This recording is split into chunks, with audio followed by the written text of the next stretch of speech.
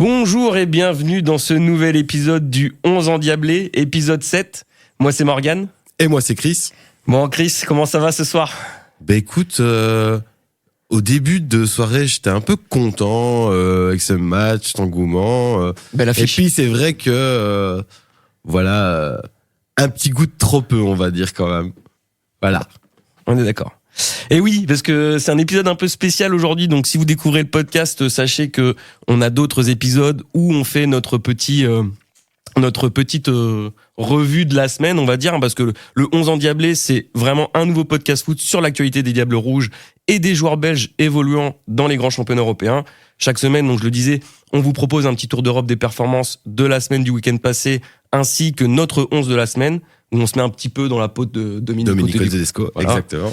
Et on essaye d'imaginer la meilleure composition possible en vue de l'Euro 2024 en Allemagne. Et donc ce soir, on enregistre juste après le match amical face à l'Angleterre, donc c'est un épisode un peu spécial. On n'est pas sur le conducteur de d'habitude, mais on va quand même vous proposer une petite revue. Petit épisode à chaud. Voilà, et un épisode à chaud, concept toujours très sympa, hein, à chaud. Voilà. Au moins, on a les souvenirs bien frais du match. Et donc du coup, on va repasser en revue, effectivement, les matchs contre l'Irlande de samedi dernier, donc 0-0, et le match de ce soir contre l'Angleterre, qui s'est terminé sur un 2-2.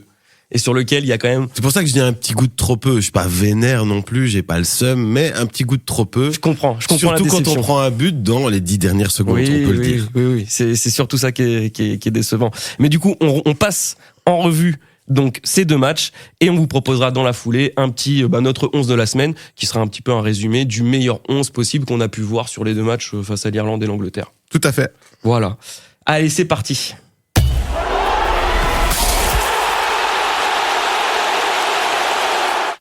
Et donc le premier match, c'est le match de l'Irlande qui s'est joué samedi dernier à 18h, donc samedi 23 mars. Un match un petit peu décevant, on va le dire. Hein. Ouais, c'était un petit peu lors de la sieste. Sieste un peu tardive, mais sieste quand même. Il faut savoir que... C'était soporifique ce match. Alors on comprend, c'est un match test. Hein. On le voit bien, Domenico nous a aligné une équipe... c'est ça, vas-y. Une équipe, je sais pas, J, quoi. C'est même pas une équipe C, D, je ne sais pas. Enfin bref, une équipe complètement expérimentale. Complètement non, mais il y avait quand même des grosses surprises. Mais il y avait littéralement aucun titulaire, on va dire, dans cette équipe. Aucun titulaire. Il faut quand même rappeler qu'on avait ce match-là, Bakayoko, qui même s'il fait une saison exceptionnelle avec le PSV, n'est pas titulaire d'habitude. Ah non, et d'ailleurs, il n'était pas aujourd'hui. Voilà, et il n'était même pas titulaire aujourd'hui. Mais donc on avait Openda devant, accompagné de Trossard et Bakayoko sur les côtés. Au milieu, Vranckx, Vermeeren, Tielemans. Peut-être Trossard, on pourrait dire que c'était le seul titulaire de l'équipe. Et encore, il n'a pas été réellement titulaire. Mais on peut penser que maintenant, il l'est, je pense. Il y a des chances. Voilà. Il est débuté les deux derniers matchs, surtout celui face à l'Angleterre, il y a des chances. Et donc en défense, on avait surtout deux Man, deux Winter, Fass et Castagne. Et dans les buts, Sels. Ouais. Alors deux Man de Winter, malheureusement, moi j'ai pas... de Winter, trop léger. Beaucoup trop léger. Beaucoup trop léger. Ah, il s'est fait bouger. Ouais. Contre par l'Irlande, les Irlandais, il s'est fait bouger. Il a perdu faut quand même le dire que les Irlandais étaient pas là pour enfiler des perles. Hein. Non, c'était très physique. Ouais, c'était physique, ça jouait dur. Hein. C'était très physique. Début de match emprunté des Belges, mais malgré une possession dans les 25 premières minutes. Mais en vrai, dans ce match, les meilleures incursions, elles étaient irlandaises. Et c'est vrai que ça jouait vraiment physique. On n'avait pas l'impression d'être dans un amical. Non. Mais on a même titre qu'aujourd'hui. Hein. C'est ça. Mais on n'a pas vu du beau football quand même. Non.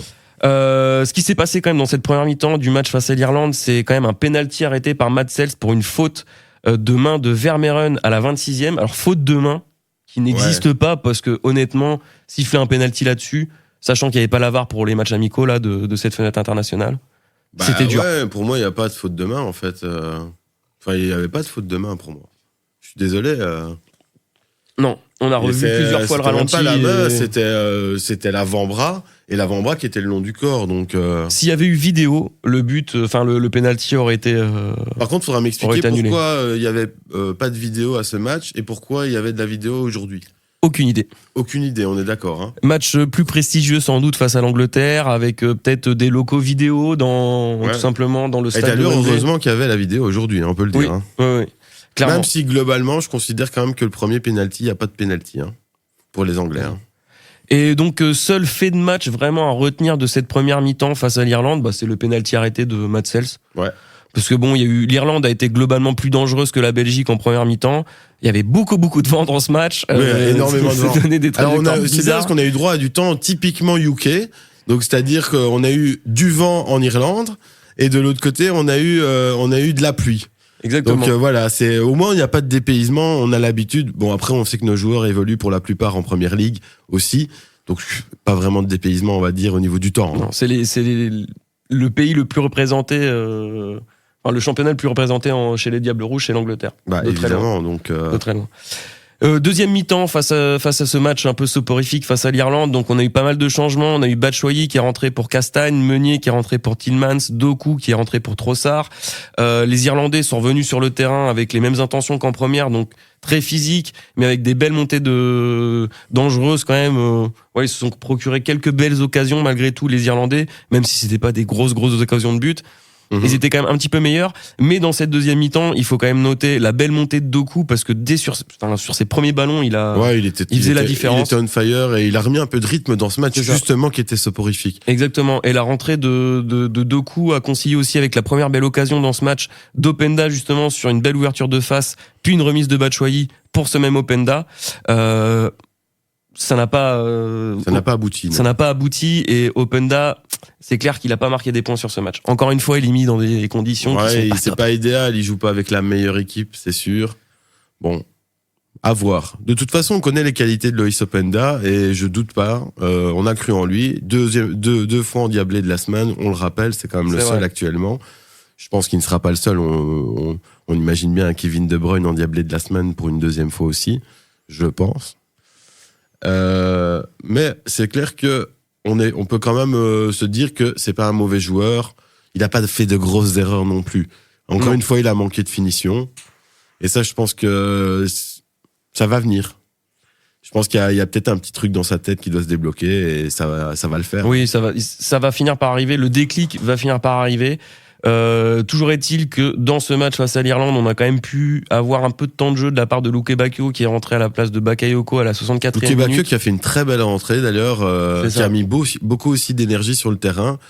Et je pense que Luke Bakio, clairement, on verra, on pourra faire les conclusions après avoir résumé ces deux matchs, mais c'est clairement un joueur qui pour moi a marqué clairement des points ici dans ce rassemblement. Luke Bakio, oui. Tout à fait. Très clairement. Et je pense que Tedesco, le fait que Tedesco l'ait confirmé aussi dans une position où il l'attend, c'est bien pour lui. On le sent qu'il est en confiance. On rappelle qu'il est de retour de blessure aussi. Il était quand même blessé 2 longs mois, je pense. C'est ses 3e et 4e matchs là, face à l'Irlande et l'Angleterre. Pour quelqu'un qui a 4 matchs dans les pieds, je trouve qu'il s'est plutôt bien débrouillé. Franchement. Et un qui a fait aussi une bonne rentrée face à l'Irlande, c'est Onana qui est rentré pour De Winter. Donc De Winter, on le rappelle, un peu léger quand même sur ce match, et qui fait quand même 2 belles interventions en défense centrale. C'est surtout ça qu'il faut préciser, c'est que Onana est rentré comme défenseur central. Et c'est peut-être aussi un truc qu'on pourra tirer, on en parle encore peut-être plus tard, mais je vous mets déjà la puce à l'oreille. C'est vrai que Onana défensivement est plutôt pas mal. Ça pourrait être une bonne roue de secours en défense. Voilà, ça, c'est clair. Donc est-ce que c'est peut-être pour ça qu'il laisserait un Witsel à la maison en se disant ouais mais moi j'ai déjà un profil comme Witsel qui est plutôt Onana à ce moment-là. Ouais. Parce que c'est clair que le style de jeu d'Onana n'est pas sans rappeler un peu Axel Witsel. Tout à fait. Avec un petit peu de Marwan Fellaini puisqu'il y a un peu de vis dans ce joueur, ça se voit toujours. Et il joue bien avec son corps. Parfois ça passe, parfois ça passe pas, mais on rappelle qu'il joue en Angleterre et qu'on siffle beaucoup moins en Angleterre qu'ailleurs, y compris dans les internationaux. Il aime bien laisser traîner la petite patte. Voilà. Mais il faut jouer un petit peu borderline. On sait que nous, la Belgique, on a parfois manqué de vis dans certains matchs où on aurait dû en avoir un peu plus. Aujourd'hui, peut-être qu'on en a eu un petit peu de trop et peut-être qu'on a eu un petit peu de karma aussi à cause de ça. Non. Mais voilà, on a eu Batshuayi qui fait un peu de... Voilà, qui fait un petit peu de caca, quoi. Un petit peu d'anti-jeu avant la fin. À la Mbappé. Il s'est débloqué un petit peu un ballon, mais bon, voilà. Ouais. Pour terminer rapidement quand même ce match face à l'Irlande, à noter une grosse occasion de Meunier sur un superbe débordement justement de Luke Bakio à la 75e. Et fait étonnant, Matt Sells qui est sorti à la 83e pour Kaminski. On n'a pas compris. Ouais, le seul truc probable, c'est ce dont on a parlé, c'est peut-être que grâce à ça, il aura une prime dans son club parce qu'il devient international. C'est peut-être ça. Moi, je ne vois que ça. Je ne vois honnêtement que ça. Et c'est peut-être une manière aussi à Tedesco de lui signer le fait qu'il est en 3e position dans les gardiens. Et donc, peut-être lui donner, l'assurer potentiellement d'une place à l'Euro. Exactement. Aussi. Ça, c'est possible aussi. Surtout que, voilà, avec le débat clos sur la participation. Mais de en notre tout ami cas, Thibaut. Mats Sels, très très Oui, bon. on va en reparler tout de suite. Juste pour faire un petit rapide analyse, ou en tout cas constat, bilan de ce match face à l'Irlande. Match pas intéressant, très clairement, au niveau du jeu. C'était surtout, je pense, un match pour Tedesco. C'était l'occasion de faire des tests, de tester des joueurs, de lancer des joueurs dans le on était clairement dans le contexte d'un match test. Et au final, on fait quand même match nul, on ne se fait pas battre. Donc on peut quand même se dire que c'était pas si mal que ça, même si le match était soporifique. Je m'attendais pas à une animation de fou avec une équipe qui a jamais joué ensemble et des joueurs complètement, Connie de Winter. C'était clairement un match de Tedesco pour essayer de trouver des solutions à un 11 que pour lui, il a déjà. Et on le sait, dans un tournoi, c'est ce qui nous a aussi parfois manqué, quand il nous a manqué des joueurs clés, tel Meunier ou Dembélé à une autre époque. On le sait que ça nous a fait très très mal dans les grands tournois. Et c'est vrai que il faut savoir trouver des bonnes doublures ou changer de système de jeu. Puisque là ici, en tout cas, on va en parler tout de suite du match contre l'Angleterre, mais il y a eu un petit changement de système de jeu à un moment donné aussi. Voilà. Où il passe à 2 attaquants. Voilà, tout à fait. En fin de match avec et ça peut être intéressant et on est obligé de tester ces systèmes de jeu là aussi. Qui était le même système de jeu que du match face à l'Angleterre. Du coup, transition évidente pour parler du match face à l'Angleterre. 2 partout, on le rappelle. Ouverture du score de Tillman sur une relance défensive complètement foirax de Foden. Très beau but, hein. Oui, très beau but. Quel vista, hein. Franchement, un but, une belle vision. Il la place vraiment. Enfin, il a pris le gardien à contre-pied. Hein, oui, vraiment, parce que justement, le gardien court dans l'autre direction. Pickford était un petit peu en dehors de la surface d'opération pour relancer un ballon qui donne à Foden. Foden la craque et le temps que Pickford revienne dans les buts, il court et Tillmans, qui a récupéré le ballon entre temps, vraiment tire à contre-pied total de Pickford, ce qui fait que le but est inarrêtable et c'est un très beau but instinctif, très clairement. Franchement, rien à dire. Et Tillmans qui du coup offre le doublé à la Belgique, quand même, 2 buts sur une superbe ouverture de Lukaku, mais pas que pied ça, gauche. Hein, son impact dans le match était très bon, ses placements, ses relances, tout était pas mal. On va en reparler de toute façon, mais donc le but, ça c'était le 2-1. Entre-temps, l'Angleterre avait égalisé sur penalty, sur une faute accordée, on va dire gentiment, une faute de Vertonghen a priori. Disons qu'il y avait le VAR, mais il n'y a pas eu le check final. Mais pour moi, Vertonghen touche en premier le ballon, donc de fait, il n'y a pas penalty. Moi, je suspecte qu'il touche les deux en même temps, et c'est ce qui fait que le penalty a été accordé. Donc mais c'était un peu dur quand même. Ouais, c'était un penalty un petit peu généreux. Cette fois-ci, Mats Sels s'est incliné, mais ce qu'il faut retenir quand même, c'est que Mats Sels a fait un super match, mais malheureusement, ça n'a pas empêché Bellingham d'égaliser à la toute dernière seconde du match. Ouais, c'est clair. Dernier tiers du match, dernière action, il égalise. 10 secondes, hein, littéralement. Hein. Il a marqué, je crois, à la 94e et je pense 95e, officiellement. 95e, alors qu'il y avait que plus 4. C'est ça. Donc voilà. Voilà, c'était vraiment limite. 2-2, on a quand même vu un beau match. Ouais. On a quand même vu un très beau match ce soir.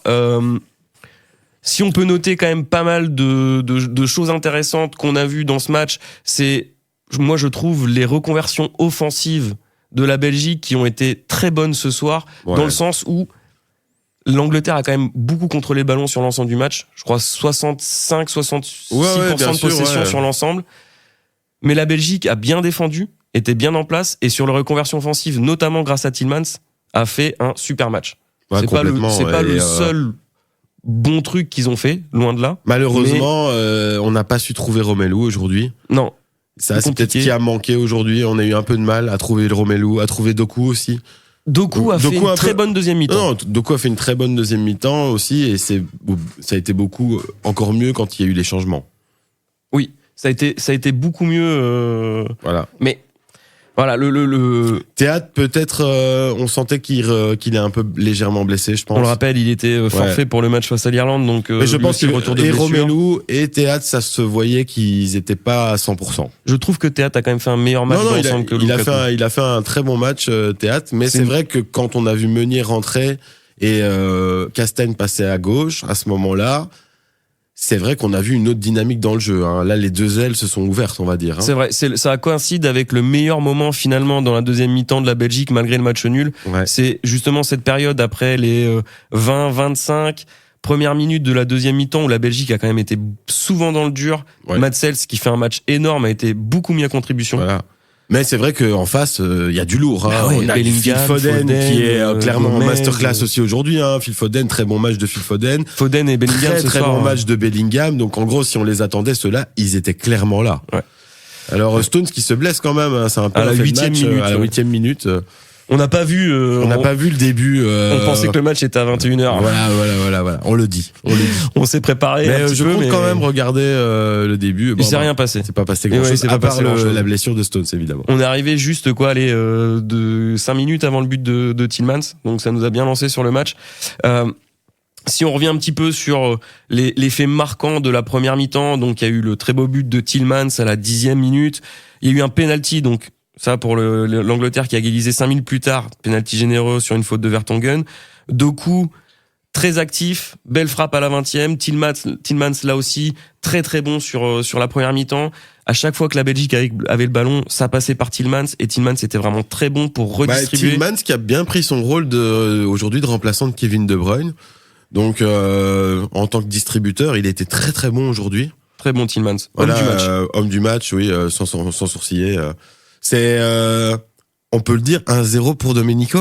Oui, parce que Pour rappel, on l'avait pas sélectionné dans notre 11 de la semaine, on l'avait clairement mis dans les subs évidemment, mais on l'avait pas mis. Non. On lui avait préféré un Luke Bacchio dans un autre positionnement avec un Trossard plus bas à ce moment-là. Ouais. On vous fera un petit détail tout à l'heure de notre 11 de la semaine, on va revenir là-dessus. Je reviens sur les faits marquants de cette première mi-temps parce qu'il y a quand même eu pas mal d'occasions. On a vu un beau match au final.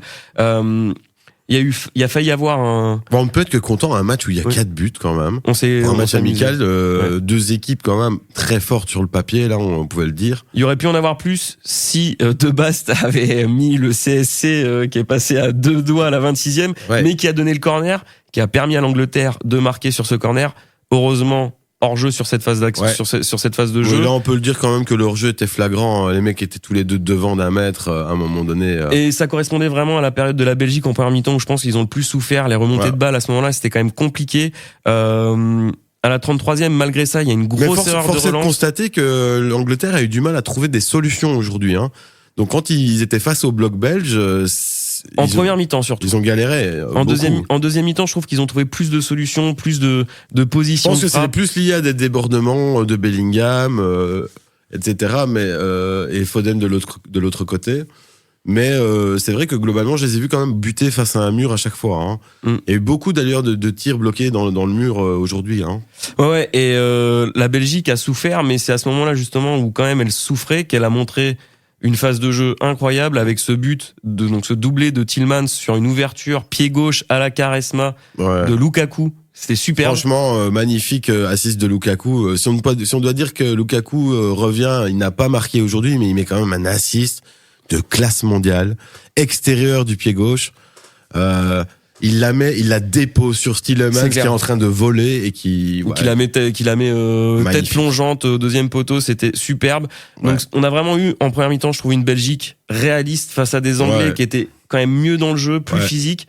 Mais point très positif, je trouve, pour la Belgique, c'est que la défense a quand même assuré. Ça roulait à la défense quand même aujourd'hui. De Bast, Vertonghen, et je pense que c'est une bonne défense. On peut le dire aujourd'hui, c'est que clairement, là j'ai vu peut-être pour la première fois l'utilité d'un joueur comme Onana, parce que là on avait l'impression sur le terrain à un moment donné d'avoir 5 défenseurs. Oui, quand il joue dans la défense, il est très utile. Quand il joue dans la défense, il vient se rajouter dans la défense, et ça c'est ce que j'ai vu beaucoup aujourd'hui.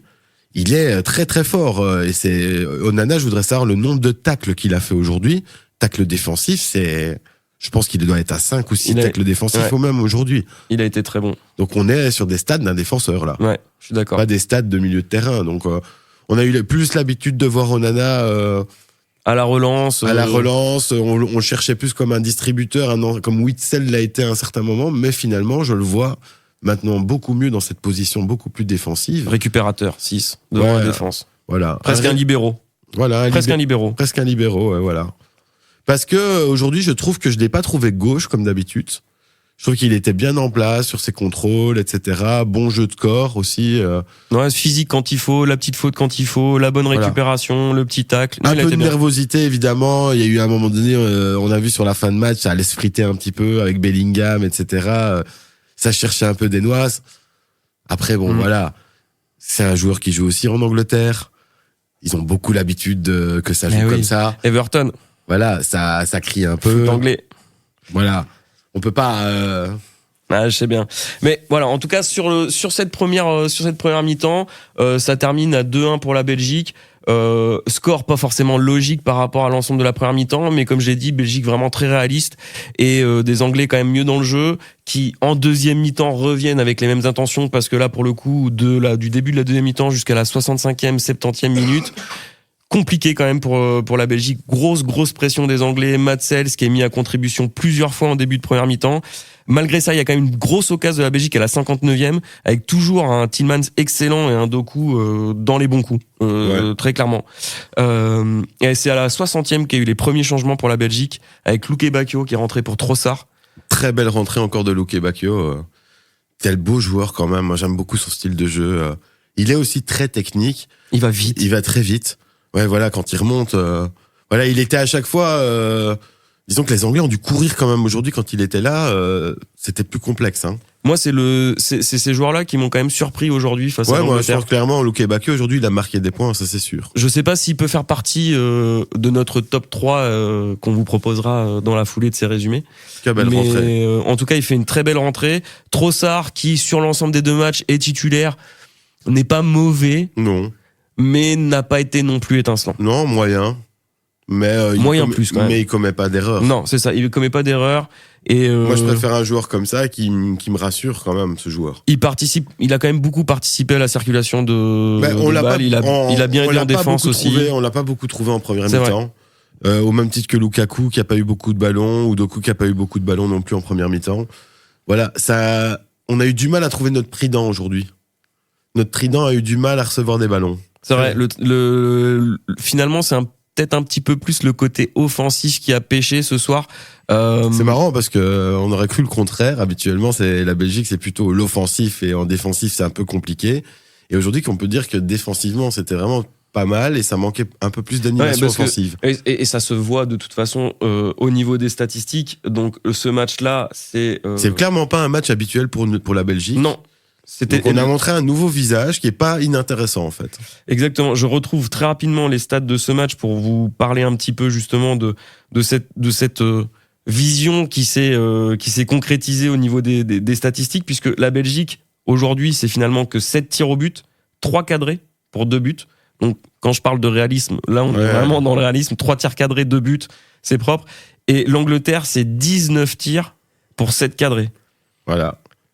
Donc et au niveau de la possession, on est à 62-38 et expected goals 2,35 pour l'Angleterre, 1,22 pour la Belgique. Donc c'est vrai que là, sur ce match-là, l'Angleterre a été beaucoup plus offensive et clairement le début de deuxième mi-temps, les 20-25 premières minutes de deuxième mi-temps sont très très compliquées pour la Belgique. Et le renouveau finalement de la Belgique en deuxième mi-temps, il coïncide avec la rentrée de Meunier. Bah oui, autour de la 70e qui a fait beaucoup de bien. Au même titre que quand tu disais tout à l'heure, hein, le basculement, quand il y a eu le basculement, que Castagne est passé à gauche et que Meunier est rentré à droite. Tout à fait. Ça a été beaucoup mieux. C'est là aussi ce qui m'a permis de voir que Théâtre n'était pas à 100%, c'est que il n'était pas très actif sur son aile justement. Il n'a pas eu beaucoup de relance justement. Là où on a l'habitude de voir des Castagnes et des Meunier qui montent parfois très très haut, tu vois. C'est clair. Et là, on l'a vu évidemment, Meunier à peine rentré. On l'a vu directement. Il avait l'idée de vouloir lancer le ballon vers l'avant. Il voulait clairement, il voulait jouer. Il avait envie de jouer. Il avait Luke Bacchio devant lui, je pense aussi. Donc à droite, ouais. C'était très bien. Luke Bacchio qui rentrait à droite alors qu'à Séville il joue à gauche. On a vérifié. On s'est posé la question plusieurs fois. Mais on l'avait mis à droite dans notre 11 de la semaine pour une raison, c'est qu'il avait déjà joué à droite avec les Diables. Ouais. Pour finir très rapidement le résumé de ce Angleterre-Belgique, donc à signaler la bonne période on va dire de la Belgique de la 70e à la 85e minute, et sur les 10 dernières minutes avec les arrêts de jeu l'Angleterre a quand même beaucoup poussé, Mats Sels beaucoup mis à contribution une nouvelle fois, ouais. Mais ça n'a pas pu empêcher le drame. Ouais, le drame Enfin, c'est pas un drame, hein, on parle d'un match amical. C'est un match amical, mais bon, voilà. L'égalisation. Ça fait mal quand même de prendre un but à la 95e d'un match qui devait compter 94 minutes. Crois-moi que ça fait moins mal de prendre ce but-là quand c'est un joueur comme Bellingham qui le marque. C'est vrai. Parce que Bellingham, faut quand même dire que ce mec est extraordinaire. Il marque un but ce soir, il aurait pu en marquer 2 de plus. Putain, on n'a toujours pas gagné à Wembley, moi, c'est ça que je retiens, quoi. C'est ça. Ça m'énerve, quoi. Je me dis, merde, on allait l'avoir, ça y est, on allait avoir ce truc où on va gagner à Wembley. J'y croyais. J'avais envie. Raté. Voilà, c'était compté sans Jude. Donc côté anglais, il faut quand même le signaler, Jude Bellingham qui fait pour moi un gros match. C'est d'ailleurs le joueur anglais le mieux noté derrière Tony qui a marqué un but, donc l'attaquant c'est un petit club en première ligue, mais lui il revient tout juste de suspension pour des paris sportifs. Il avait fait 232 paris sportifs.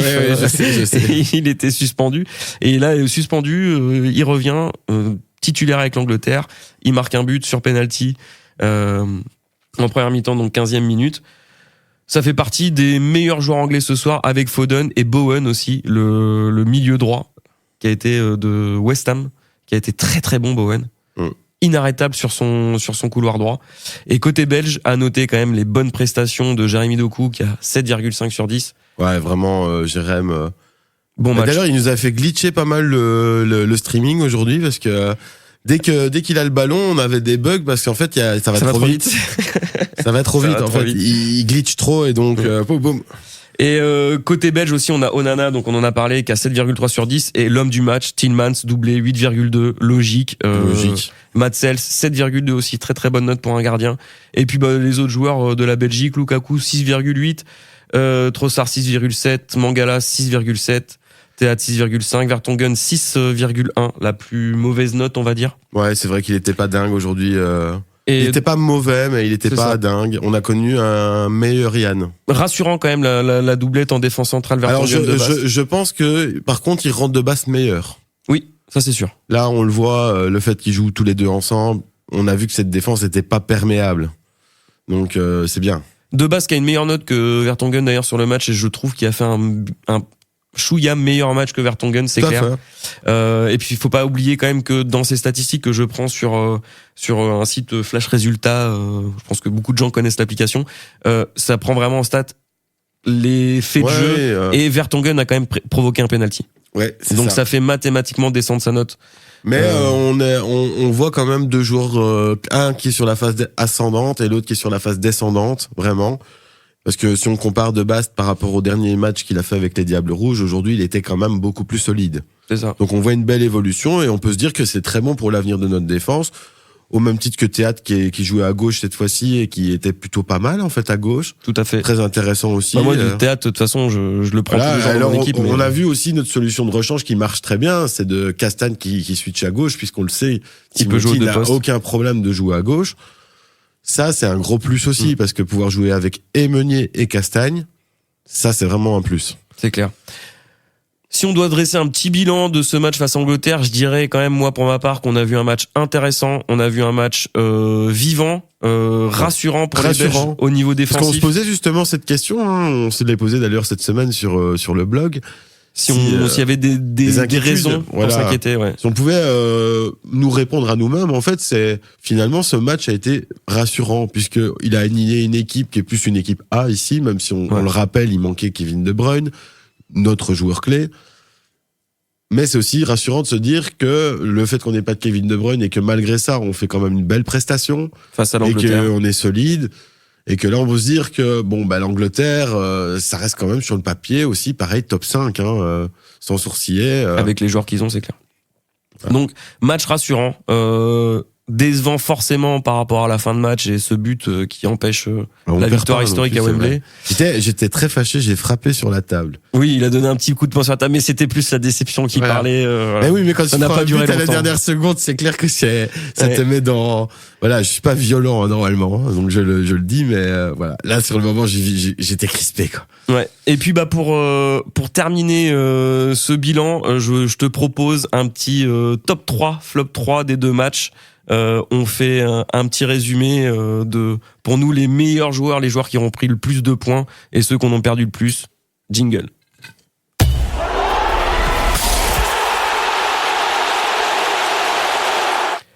On va commencer par le flop 3. Le flop 3. Ah, mais moi, ouais. Okay. Ouais, on va finir sur le meilleur, même si bon, il y a pas beaucoup de suspense pour le meilleur. Je vais défoncer une porte ouverte, Connie de Winter. Ouais, flop 3, Mais bon, après, c'était première sélection aussi, il fallait pas s'attendre à grand chose. On peut pas vraiment dire qu'il avait déjà joué avec les Diables. Voilà. Mais bon, clairement, je ne le vois pas venir à l'Euro, hein.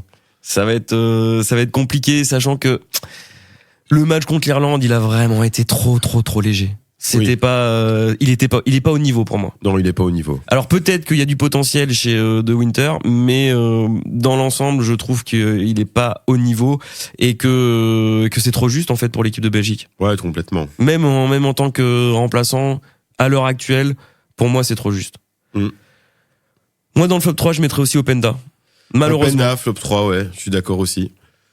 On attendait plus de lui. Je voulais qu'il débloque son compteur. Enfin, c'était le moment. Hein.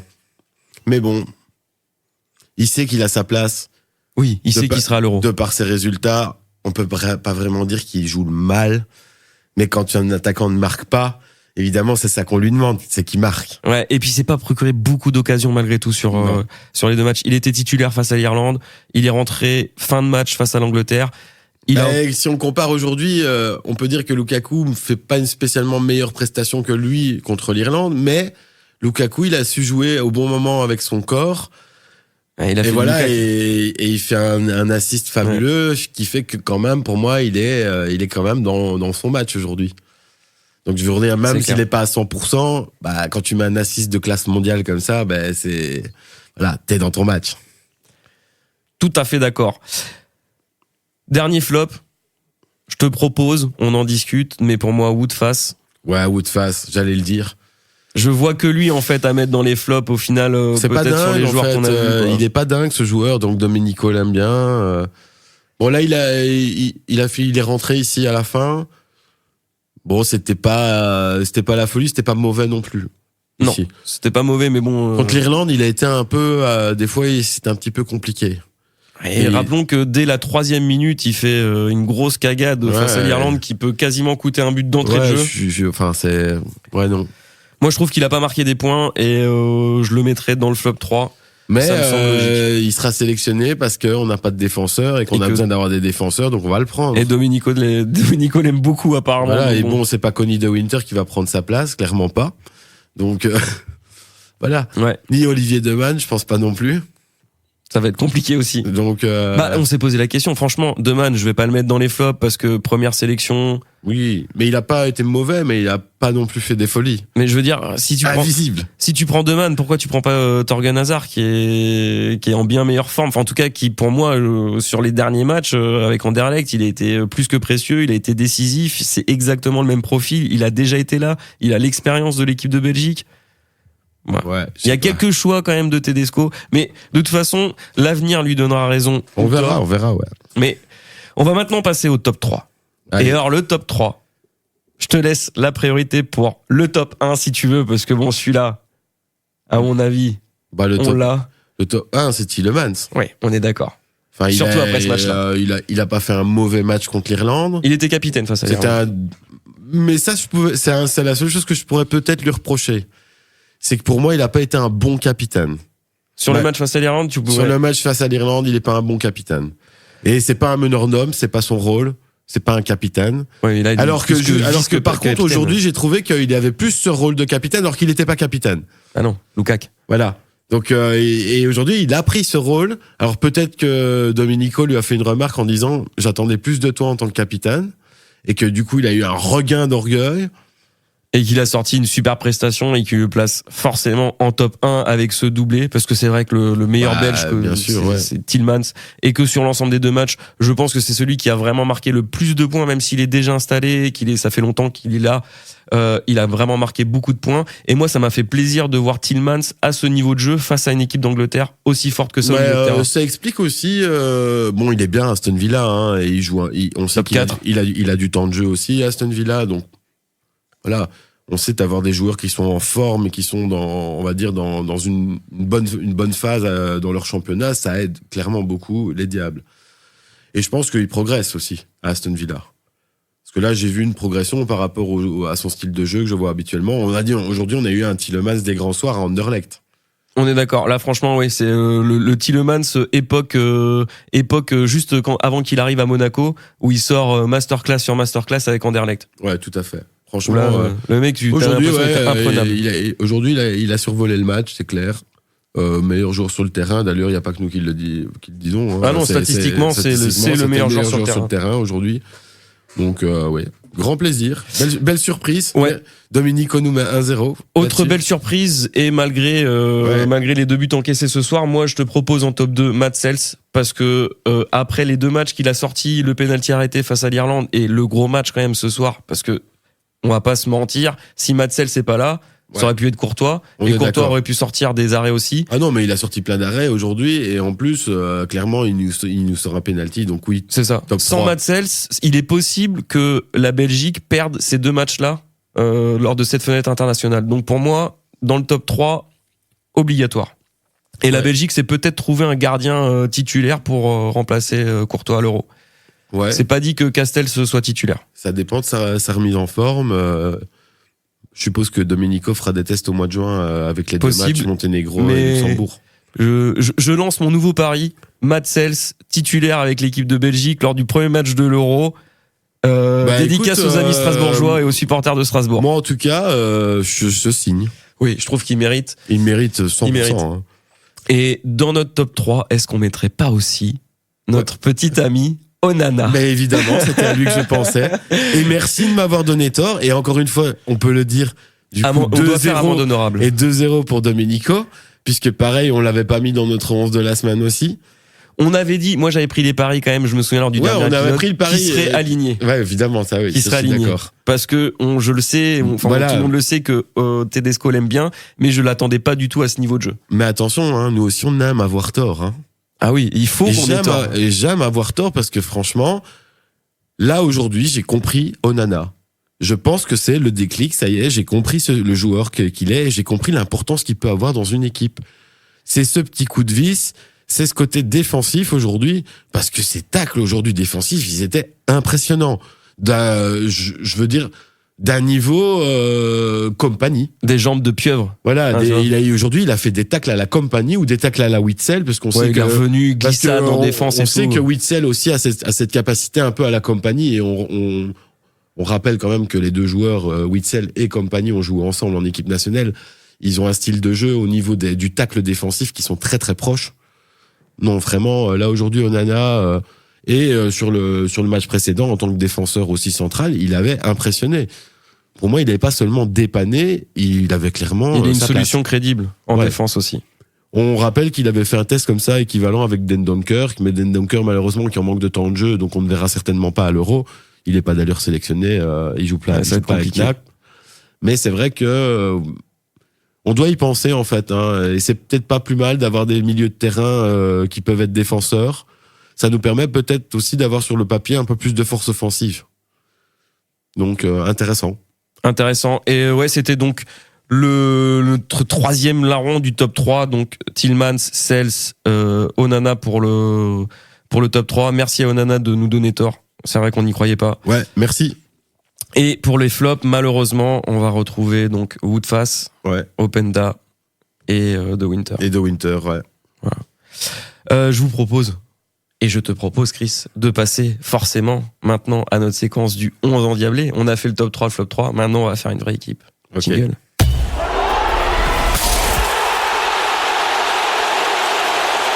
Oh yeah! Pour commencer le 11 endiablé, on va forcément revenir sur la compo que nous on avait donnée lors de notre dernier épisode. On n'imaginait pas autant de changements face à l'Irlande. Donc non, bah évidemment, on pourrait dire que nous, l'idée c'était, on fait pas de test nous. Hein. Oui. Donc, on n'est pas entraîneur. On aligne la meilleure équipe. Nous on a aligné la meilleure équipe. Donc est-ce qu'on a vraiment tort? Je pense qu'on doit plus comparer face au match de l'Angleterre. De l'Angleterre aujourd'hui, les équipes. Je pense que l'équipe de l'Irlande est inintéressante sur le papier. De toute façon, on a bien vu que ça roulait pas. Ouais, donc de toute façon, le match face à l'Irlande, je trouve qu'il n'y a pas beaucoup d'enseignements à tirer de ce match-là. Donc on va se baser sur la compo qu'on avait donnée pour le match de ce soir. On n'était pas loin, Sels dans les buts, Castagne, Debasse, Vertonghen, Théâtre en défense. On était parfait. On a émis, si je me souviens bien, on a émis Luke Bacchio. On a émis Trossard plus bas. Ouais, et Mangala aussi. Et on a émis Mangala. Mangala était là. Voilà, Mangala était là, Trossard était là. Trossard était là, mais pas à la position que nous on l'avait mis. C'est ça. Donc nous on l'avait mis un petit peu plus bas. Lui, là ici aujourd'hui, il a joué à droite. On n'avait pas Lukaku non plus parce que Lukaku, on avait basé sur le match de l'Irlande et il était forfait, donc on l'avait pas mis. On avait mis Doku et ça c'était bon. Et c'était bon aussi. Et puis c'est tout. On avait fait un 4-3-3, ouais. Voilà, on a mis Bakayoko qui lui finalement n'a pas été aligné, mais qui a été aligné par contre contre l'Irlande. Et qui a pas fait un mauvais match, Bakayoko. Donc aujourd'hui, je suis déçu qu'il ait pas joué. Il a pas eu de temps de jeu du tout sur le match face à. Voilà, c'est un petit peu dommage. On lui a préféré Trossard dans cette position, oui. Après, c'est pas mal aussi parce que je peux considérer qu'aujourd'hui, Domenico a fait des tests aussi. C'est-à-dire qu'il a testé des positions différentes de joueurs aussi. C'est vrai. Parce que c'est vrai que Trossard à droite, on l'a pas spécialement déjà plus vu que ça. On l'a déjà vu à gauche, on l'a déjà vu au milieu aussi. Moi, je le trouve meilleur dans l'axe, mais. Moi aussi, je le trouve meilleur dans l'axe. Aujourd'hui. Il peut jouer à tous les postes un petit peu, Trossard. Oui, voilà, c'est ça. C'est un peu. J'aurais presque envie de dire, c'est un peu votre Griezmann belge. Tu vois, c'est un joueur offensif qui peut jouer un petit peu à tous les postes. Ouais, on rappelle que forcément très utile. Et on rappelle qu'Arsenal, il joue très souvent en neuf aussi, en faux neuf. Donc ça, c'était pour notre 11 de la fois passée. Pour l'historique, en tout cas pour l'endiablé de cette semaine, la semaine dernière et les 2 dernières semaines, c'était Openda. Cette semaine, pas trop de suspense. On va placer évidemment Tielemans en tant qu'endiablé de la semaine. Mais si on devait faire une équipe sur la base des deux matchs finalement qu'on a eu contre l'Irlande et l'Angleterre, bon, ce serait pas forcément très compliqué puisque on avait la défense correcte et on va réutiliser cette défense qui était titulaire face à l'Angleterre ce soir. Donc Sels dans les buts, Castagne à droite, De Bast et Vertonghen dans l'axe, Théat à gauche. Ouais. Au milieu de terrain, on va forcément mettre Onana et Tielemans. Après, est-ce que là, au milieu de terrain, on donne plus de poids aux prestations? En fait, je me tâte un peu, parce que je me dis... Tu as Luke Bacchio à la place de Trossard. Moi, personnellement, je me dis que Vertonghen, il a pas été dingue. Donc, je sais pas si j'ai envie de le mettre dans le 11 de la semaine.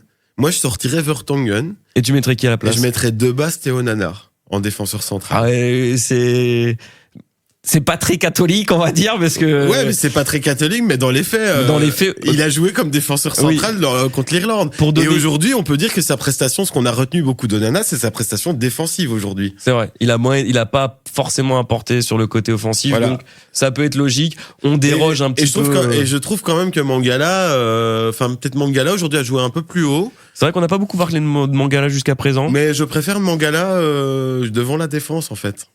Ok. Donc on aurait une équipe, effectivement, De Bast, Onana en défense centrale, Mangala, Trossard, Luke Bacchio au milieu, Doku, Lukaku et Bakayoko. Parce que pour moi, Bakayoko a pas fait de mauvais match. Et il garde toujours sa place finalement parce que. Moi, je reste persuadé que sur le papier, Lukaku, Doku, Bakayoko, c'est vraiment plus puissant. De ce qu'on peut avoir, parce que là on a 2 joueurs vraiment qui sont des clones de chaque côté. Ça nous rappelle limite la belle époque Mertens-Hazard. Ils ont cette capacité aussi de switcher sans problème, de passer de gauche à droite, et Lukaku en attaquant de pointe, bon évidemment. Ouais, moi je me demande si c'est presque pas possible de jouer dans une configuration, je me pose la question, parce que face aux prestations qu'on a eues, moi je mettrais un milieu à 4 en fait. Je mettrais Trossard à gauche, Mangala, Tielemans dans l'axe, Luke Bacchio à droite, donc milieu à 4. Et devant, je jouerais avec Lukaku et Doku qui tourne autour de Lukaku. Lukaku qui peut dézonner, qui peut revenir. On sort Bakayoko à ce moment-là. Ouais, moi je sortirais Bakayoko parce que malgré tout, sur les 2 matchs, il ne fait que 60 minutes, 65 minutes sur les 2 matchs.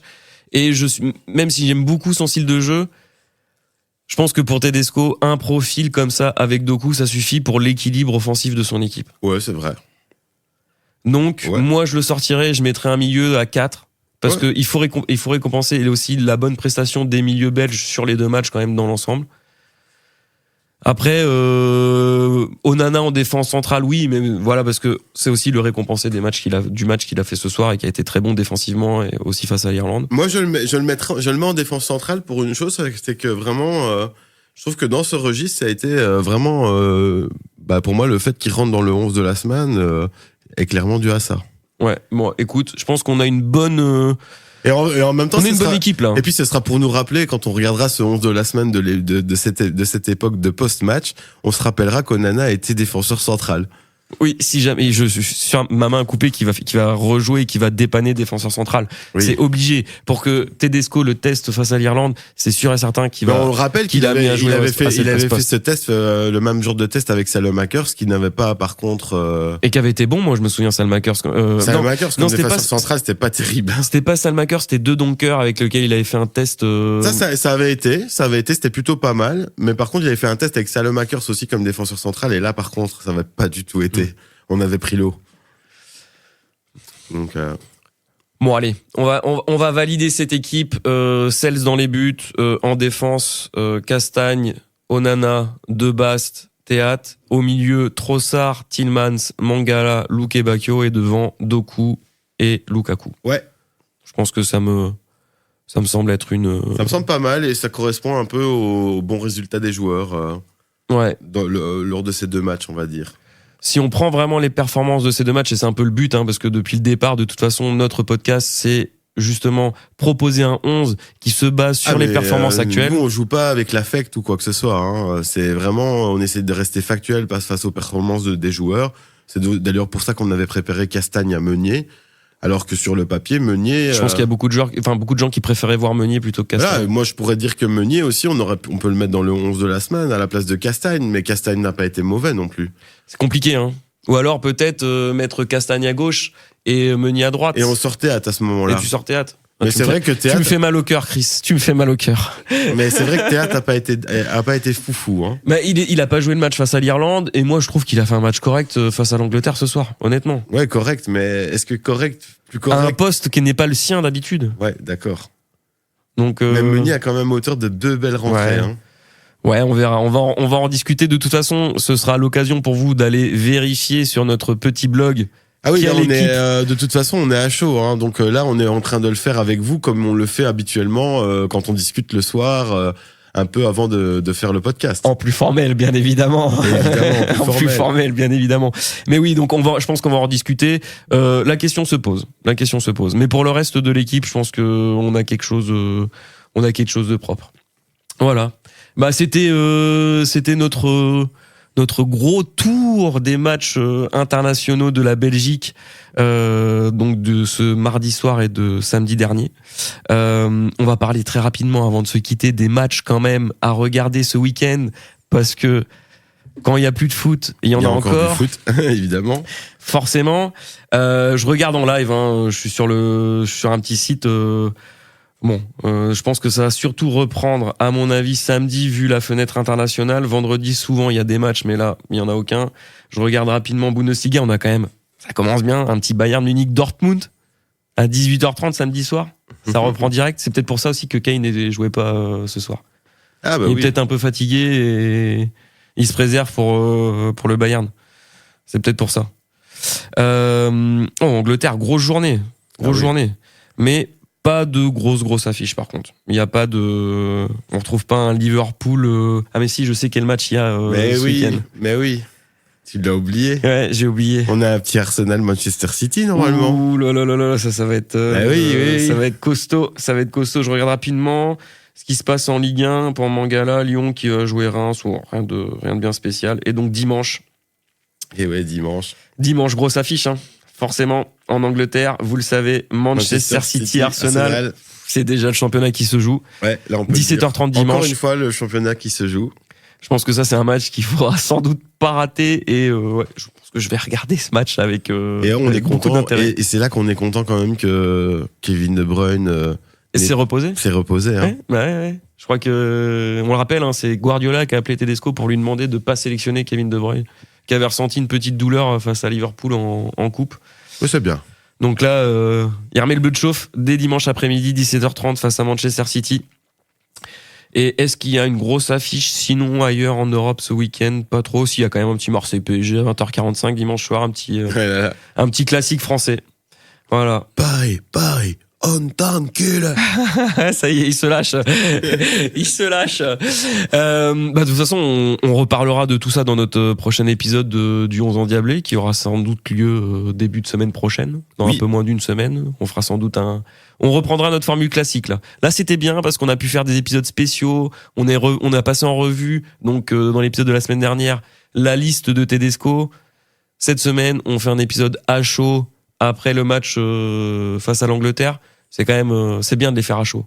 Ouais, t'as l'esprit clair. Big up au podcast d'ailleurs de notre ami Jean-Baptiste. À chaud, le podcast cinéma. Allez écouter ça. Et puis donc la semaine prochaine, on reviendra à un format un petit peu plus régulier, mais on vous propose de toute façon d'aller écouter ça sur notre page YouTube.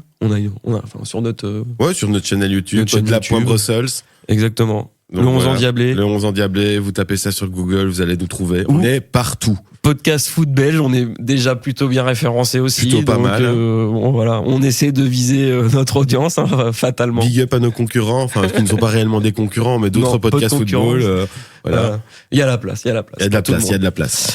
En tout cas, on espère que ce type de format, ça vous plaît. N'hésitez pas à nous faire des retours sur les réseaux sociaux, évidemment. Laissez des commentaires là où vous voulez. Et voilà. Et à la semaine prochaine. À la semaine prochaine. Bonne nuit.